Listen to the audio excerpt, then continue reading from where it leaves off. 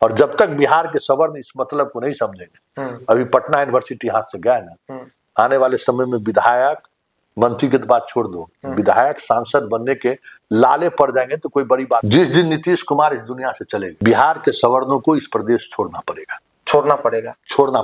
आगे दूर दूर तक कोई रहनुमा नहीं दिख रहा है। तो ये जो भ्रम अहंकार सवर्णों में हुआ है ना, उसका जवाब पटना यूनिवर्सिटी के छात्र चुनाव में मिला है। जितना राष्ट्रवाद वाला आदमी है, दिन भर इस देश को के साथ देश की तरक्की के लिए काम करे, तरक्की के लिए छोड़ो, दिन भर देश को छुरा मारता है, भारत माँ के साथ जो छुरा मारता है घूस कमा के। एक भी राष्ट्रवादी जितना आदमी अपने आप को कहता है हम राष्ट्रवादी हैं, जरा उसका बैकग्राउंड देख लो, 100,000 2,000 5,000 करोड़ किसका, तुम हमारे देश का ना गरीब का कमाई लूटे। लोग कहते हैं मान सिंह और महाराणा प्रताप के साथ कोई राजपूत का राजा नहीं था, महाराणा प्रताप के साथ लड़ने वाला भील था, महाराणा प्रताप के साथ उसका सेनापति मुसलमान था। मुसलमान के मस्जिद के बगल से गुजर रहे हैं, सीटी बजा दिए, पाकिस्तान मुर्दाबाद का नारा लगा दिए, तो यही राष्ट्रवाद है। तो ये जो पौधा है ना, जो मोदी के शासनकाल में जो नया वृक्ष पौधा लिया है, ये मतलब अनगाइडेड मिसाइल है।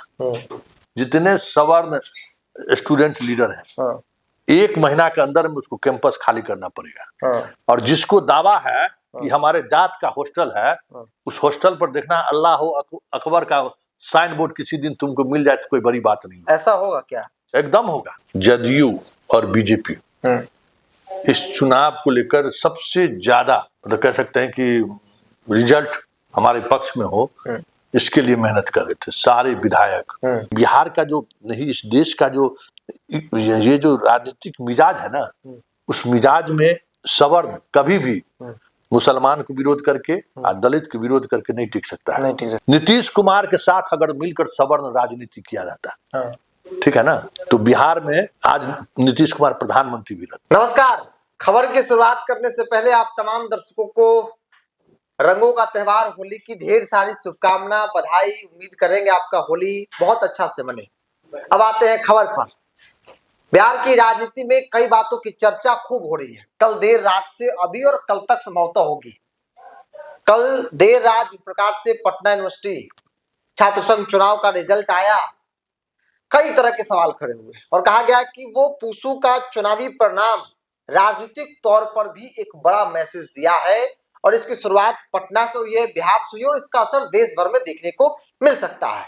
क्योंकि एबीवीपी का कब्जा था अध्यक्ष पद पर और इस तरीके से धाराशाही होगी एबीवीपी, किसी ने सोचा नहीं था।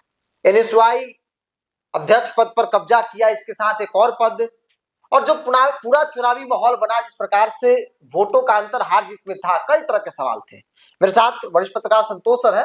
सर, जिस प्रकार से कल रिजल्ट आया छात्र संघ वाला, लगता नहीं कि एक बड़ा मैसेज दिया है चुनाव परिणाम और कई तरह के राजनीतिक संकेत भी है? देखिए, सबसे पहले तो हम अपने दर्शकों को एक बात जानकारी दे दें कि जदयू और बीजेपी इस चुनाव को लेकर सबसे ज्यादा तो कह सकते हैं कि रिजल्ट हमारे पक्ष में हो, इसके लिए मेहनत कर रहे थे सारे विधायक। शालिनी मिश्रा से लेके कौन कौन जदयू के विधायक, सभी लोग, अशोक चौधरी, सब लोग लगे हुए थे। और बीजेपी की तरफ से जो बीजेपी के बिहार प्रभारी हैं, वो खुद कमान संभाले हुए थे। हाँ, प्रभारी तक कमान संभाले हुए थे और हर मंत्री को जिम्मेवारी दी गई थी। इवन सम्राट चौधरी के यहाँ एक सेल काम कर रहा था। हाँ, इस पूरे चुनाव को लेकर मतलब पूरा प्रतिष्ठा का विषय बना हुआ था दोनों गठबंधन के बीच। आरजेडी कहीं दिख ही नहीं रहा था। वो अभी राजनीति का तो हाल रहा न, कोई रोबन हारा वाला बात, उस पर कहीं कोई चर्चा ही नहीं थी। वामपंथी संगठनों का ये हाल होगा किसी ने सोचा नहीं था, क्योंकि हर बार डपली की आवाज सुनाई देती थी। इस बार वो गूंज नहीं दिखी। हाँ, हमें चाहिए आजादी, वो आजादी वाला भी गूंज नहीं दिखा। और स्वाभाविक तौर पर रिजल्ट जो है ये कांग्रेस की या सिर्फ पप्पू यादव की जीत नहीं है। यह जीत, देखिए, हाल के दिनों में जो आंदोलन हुआ यूजीसी को लेकर, और जिस तरीके से नंगा नाच कह सकते हैं कि सवर्णों ने सोशल मीडिया पर मचाया, जो काम लालू यादव अपने राजनीतिक दौर में करते थे, वो काम सोशल मीडिया पर सवर्णों ने आक्रामकता दिखाकर, गुंडई दिखाकर कर दिया। और ये जो रिजल्ट है ना, मतलब बीजेपी इसलिए इसको चुनौतीपूर्ण ले रहा था, या जदयू को भी कह रहा था कि आप मैदान में मजबूती से लड़िए, कि वो जो कास्ट पॉलिटिक्स जिससे बिहार बाहर निकल चुका है, नीतीश की राजनीति के बाद, मतलब MY समीकरण का वो राजनीति से चीजें बाहर निकल रही हैं, वो फिर से स्थापित नहीं हो, इसलिए बीजेपी और जदयू पूरी ताकत लगा रखा, पूरी ताकत। हाँ, लेकिन वहाँ एक निर्दलीय ओसामा है, उसने MY समीकरण को भी लिया, बहुजन समाज को भी जोड़ा, और रिजल्ट क्या हुआ सो सामने है। देखिए, ये रिजल्ट कई मायने में महत्वपूर्ण है। बिहार के सोशल मीडिया के फील्ड में आप आंदोलन करने की स्थिति में कोई नहीं है, अब तो कोई आंदोलन होता भी नहीं, कोई सड़क पर नहीं उतरता है। कभी हुआ था आंदोलन, हाँ, मतलब कभी 74 आंदोलन को लोग याद करते हैं, हाँ। तो लेकिन अब जो स्थिति है, जो कुछ सोशल मीडिया पर ट्रेंड दिख रहा है, और जिस तरीके से सवर्ण मानसिकता के जो छात्र हैं, या हिंदूवादी संगठन के नाम पर जो आजकल एक अलग तरीके का गुंडई चलता है, कह सकते हो, कि वो जो एक नया पौधा पैदा लिया है 2014 के बाद का पौधा, वो उसको हमें लगता है कि उतनी राजनीतिक समझ नहीं है, राजनीति का मतलब भी नहीं समझता। वो समझता है कि गाय के ट्रक रोक दिए तो वही हिंदुत्व है, वही सनातन है। हाँ, मुसलमान के मस्जिद के बगल से गुजर रहे हैं, सीटी बजा दिए, पाकिस्तान मुर्दाबाद का नारा लगा दिए, तो यही राष्ट्रवाद है। तो ये जो पौधा है ना, जो मोदी के शासनकाल में जो नया वृक्ष पैदा लिया है, पौधा लिया है, ये मतलब अनगाइडेड मिसाइल है। किसी पॉलिटिशियन से कुछ दिन पहले बात हो रही थी, तो कहा कि सवर्ण का युवा जो है ना, वो अनगाइडेड मिसाइल है। मतलब छूटना गिरना चाहिए उसको इराक पर, जाके गिर जाएगा इजराइल पर। कोई मतलब नहीं, कोई मतलब नहीं। हाँ, और न अपने नेता के प्रति उसको कि नेता के राजनीतिक समझे से कोई मतलब नहीं है। हम उस राजनीति को जो हमारा नेता कह रहा है उसके पीछे की राजनीति क्या है, कोई मतलब नहीं है। UGC में जितना गुंडई और जिस अराजकता के साथ सवाल खड़ा किया, अरे भाई, मंडल कमीशन आपको नौकरी नहीं छीना था, आपको केस की बात। आप दुर्भाग्य ये है ना कि 2014 ब्रांड का जितना है पढ़ता लिखता भी नहीं है। हाँ, सवर्ण समाज में एगो करनी सेना आ गया है, एगो रणवीर सेना का वंशज अपने को समझता है। ये सब जितना सेना सब है ना, उस सेना में जो लोग है उसका थोड़ा एजुकेशनल बैकग्राउंड देख लो कि क्या है। वो समझता है टीका लगा लेना, मुरेठा बांध लेना, तलवार, हाँ, ये हम सबको डरा देंगे। तो औकात बता दिया ना, सोशल प्लेटफॉर्म से भी भगा दिया, और चुनाव में भी 0 सन्नाटा। बहुत ठीक नहीं रही। आज तक कभी अध्यक्ष पद के उम्मीदवार को इतना कम वोट आया था? आज एगो सोशल मीडिया पर हमसे कह रहा था कि आप तो उस उम्मीदवार का, महिला जो AVP का उम्मीदवार था, उसको आप उसको ट्रोल कर रहे थे। हाँ, हम विरोध कर रहे थे, इस तरह की बात विरोध कर रहे थे। हम कहे भाई, हम तो उसको विरोध नहीं कर रहे थे, भूमियार के हॉस्टल में पहुंच के जो रो रही थी ना, उसके कायरता पर हमको गुस्सा आ रहा था। है कि तो स्थिति लग रहा था कि पांडव के महफिल में जो है वो एक द्रौपदी के साथ चिरहरण कर रहा है, जितना छोकरा अगल बगल में खड़ा था। हाँ, अब हम बहन मान लिए और अब हम तुमको जिता दिए। काहे ने जिता लिए? हैं? तो ये जो भ्रम अहंकार सवर्णों में हुआ है ना, उसको उसका जवाब पटना यूनिवर्सिटी के छात्र चुनाव में मिला है। तो आप कह रहे हैं UGC के बाद जो रिएक्शन दिखा, उसका असर है, उसी का असर। और ये असर जान लो, हम दोनों आदमी एंकर सवर्ण नहीं है ना। हाँ, तो हम बता देते हैं, पटना यूनिवर्सिटी में जो भी सवर्ण नेता है या जो सवर्ण प्रोफेसर, अब उसकी संख्या कम हो गई, अब नहीं है। सवर्ण प्रोफेसर संख्या कमी है। हाँ, अब है ये नहीं है। तो इतना ना हम लोग घात पात किए हैं, जो सब अब अपने जगह पर। जितने सवर्ण स्टूडेंट लीडर हैं, 1 महीना के अंदर में उसको कैंपस खाली करना पड़ेगा। और जिसको दावा है कि हमारे जात का हॉस्टल है, उस हॉस्टल पर देखना अल्लाह अकबर का साइन बोर्ड किसी दिन तुमको मिल जाए तो कोई बड़ी बात नहीं। ऐसा होगा क्या? एकदम होगा। ये बोली फुर रहा था। या देखो ना, अभी RJD का जो सोशल पेज है उसमें क्या लगाए हुए हैं, कोई बावन समाज या कोई समाज का सोशल प्लेटफॉर्म लिखा हुआ है कि पहली बार भूमिहार हारा है, हाँ उसी का स्क्रीनशॉट लगाकर आरजेडी चला रहा है। देखो क्या कह रहा है एक जाति। हाँ भाई पहली बार हारे हैं, तो आप क्यों हारे, इसका मंथन करने के लिए कोई तैयार नहीं है। आज के तारीख में 2005 से जब नीतीश सरकार बनी है, कोई भी नौकरी ले लीजिए, किसी भी नौकरी पर चले जाओ, 10% ही रिजर्वेशन आर्थिक आधार पर मिला है, उसमें भले आ जाए, जनरल पोजीशन में हम लोग 20% भी सीट नहीं ले पा रहे हैं। क्यों? धर्म के हम ठेकेदार हो गए, ठीक है ना? हाँ, राष्ट्र के ठेकेदार हो गए। बड़ा बढ़िया चंद्रशेखर जी का एक स्लोगन है, चंद्रशेखर जी इसी तरीके से भाषण दे रहे थे, सब सवर्ण समाज के लोग बैठे हुए थे, तो उन्होंने कहा कि देखिए अब देश की सुरक्षा की चिंता आप छोड़ दीजिए, उसके लिए फौज है, सेना है, राष्ट्र के लिए वो है, ठीक है, ये डेमोक्रेसी है। और गाय का सुरक्षा के लिए सरकार है, ठीक है ना? अब अपना काम कीजिए, आपको जो काम करना है वो काम कीजिए, ये चीजें छोड़ दीजिए। तो चंद्रशेखर के उन बातों को आज भी जो तथाकथित अपने को सवर्ण समझता है, बिहार के जो जनगणना आया है उसमें तो देख लिए ना सवर्ण का क्या हाल है। सबसे ज्यादा अगर किसी आवास विहीन कोई जाति है तो सवर्ण है। हाँ, भूमिहीन की संख्या बढ़ते जा रहा है। एक बड़ा तबका तो दिख रहा है, जमीन बेचने पर ही पूरी सब इकोनॉमी उसका चल रहा है उसी पे। तो ये अब हाथी चला गया है, सिकड़ी लेके घूम रहा है और हाथी था मेरे पास, अभी भी वही ऐठन है। तो ये जवाब जो है उस ऐठन को है, अभी भी नहीं सुधरे, पढ़ाई लिखाई नहीं करेंगे, हाँ राष्ट्र और हिंदू और मुसलमान करेंगे तो इनसे भी बुरी स्थिति होगी। क्योंकि बिहार का जो नहीं, इस देश का जो ये जो राजनीतिक मिजाज है ना, उस मिजाज में सवर्ण कभी भी मुसलमान को विरोध करके और दलित को विरोध करके नहीं टिक सकता है, नहीं टिक सकता, साथ लाना ही पड़ेगा। जब जिस पॉलिटिशियन ने बिहार के जितने सवर्ण नेता है, विधायक हो मंत्री हो, उसके कंस्टिट्यूंसी में आप चले जाइए, उसकी क्या राजनीति है। अगर वो राजनीति नहीं करेगा तो मुखिया भी नहीं बनेगा। हाँ, तो जो तुम्हारे समाज का जो मुखिया बना हुआ है, विधायक बना हुआ, जरा उसको देखो ना, उसकी पृष्ठभूमि को समझो ना कि उसकी राजनीति क्या है।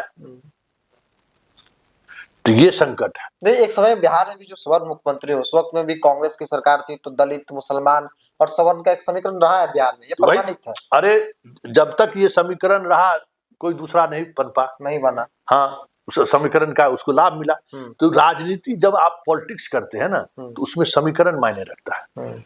आप चुनाव लड़े विद्यार्थी परिषद का अध्यक्ष भूमिहार, महासचिव राजपूत, और चारों शायद हमको लगता है फॉरवर्ड एक टिकट दिया, 5 में 3 फॉरवर्ड था, 3 फॉरवर्ड को टिकट दिया। अब बताइए, उधर देख लो, जो निर्दलीय पैक्ट कर लिया, तुमसे ज्यादा होशियार निकला हुआ, ओसामा से पैक्ट करके यादव को मुसलमान का भी वोट ट्रांसफर करा दिया।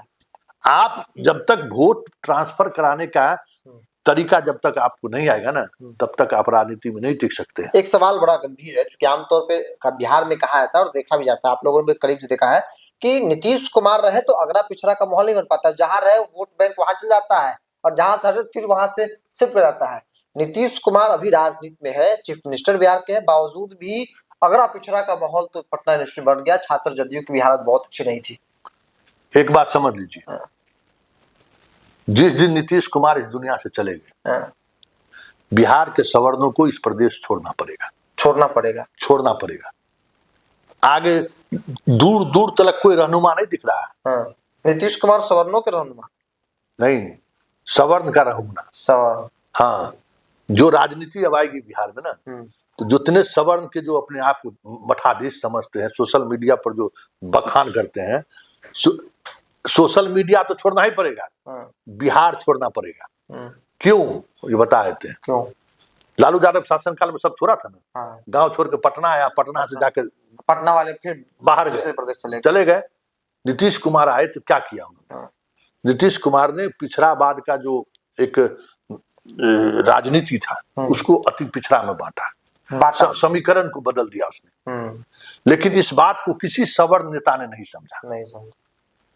आज प्रभुनाथ सिंह जेल में है, और फिर हम कहेंगे तो आनंद मोहन को कष्ट लगेगा।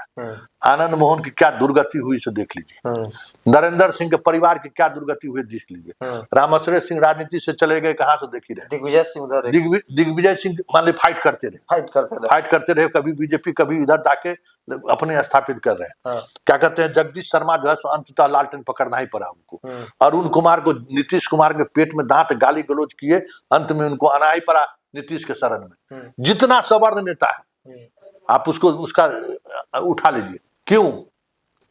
नीतीश कुमार के साथ अगर मिलकर सवर्ण राजनीति किया जाता, ठीक है ना, तो बिहार में आज नीतीश कुमार प्रधानमंत्री भी रहते, देश के प्रधानमंत्री। डिसीजन 14 में लेना चाहिए था। 2014 के जो बिहार के सवर्ण को जो दिखाई दिया था ना नरेंद्र मोदी, उसी का भुक्तभोगी आज हिंदू सम्राट।